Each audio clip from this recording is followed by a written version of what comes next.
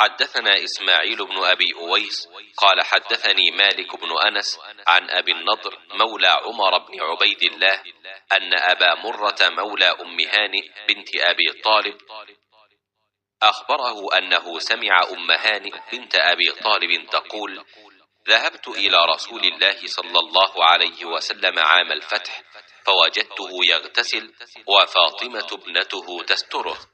قالت: فسلمت عليه فقال: من هذه؟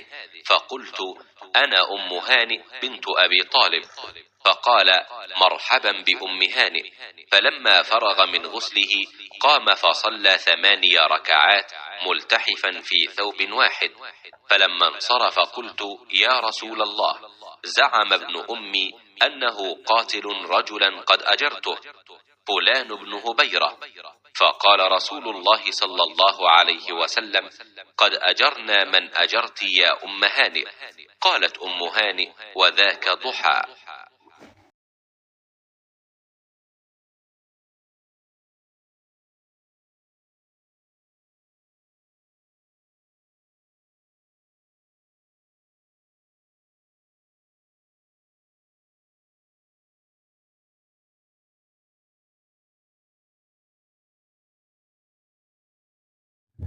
میں فتح مکہ کے موقع پر نبی کریم صلی اللہ علیہ وآلہ وسلم کی خدمت میں حاضر ہوئی۔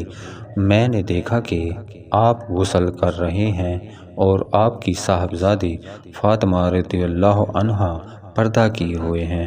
انہوں نے کہا کہ میں نے نبی کریم صلی اللہ علیہ وآلہ وسلم کو سلام کیا۔ آپ صلی اللہ علیہ وآلہ وسلم نے پوچھا کہ کون ہے؟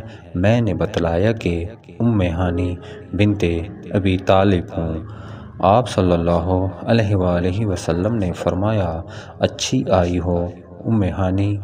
پھر جب آپ صلی اللہ علیہ وآلہ وسلم نہانے سے فارغ ہو گئے تو اٹھے اور 8 رکعت نماز پڑھی، ایک ہی کپڑے میں لپٹ کر۔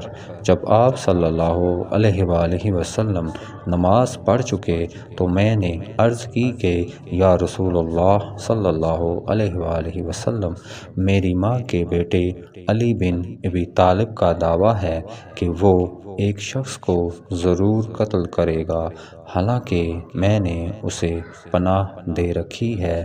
یہ میرے خاوند حبیرہ کا فلاں بیٹا ہے۔ رسول اللہ صلی اللہ علیہ وآلہ وسلم نے فرمایا کہ ام ہانی، جسے تم نے پناہ دی ہے، ہم نے بھی اسے پناہ دی ہے۔ ام ہانی نے کہا کہ یہ نماز چاشت تھی۔ صحیح بخاری حدیث نمبر 357۔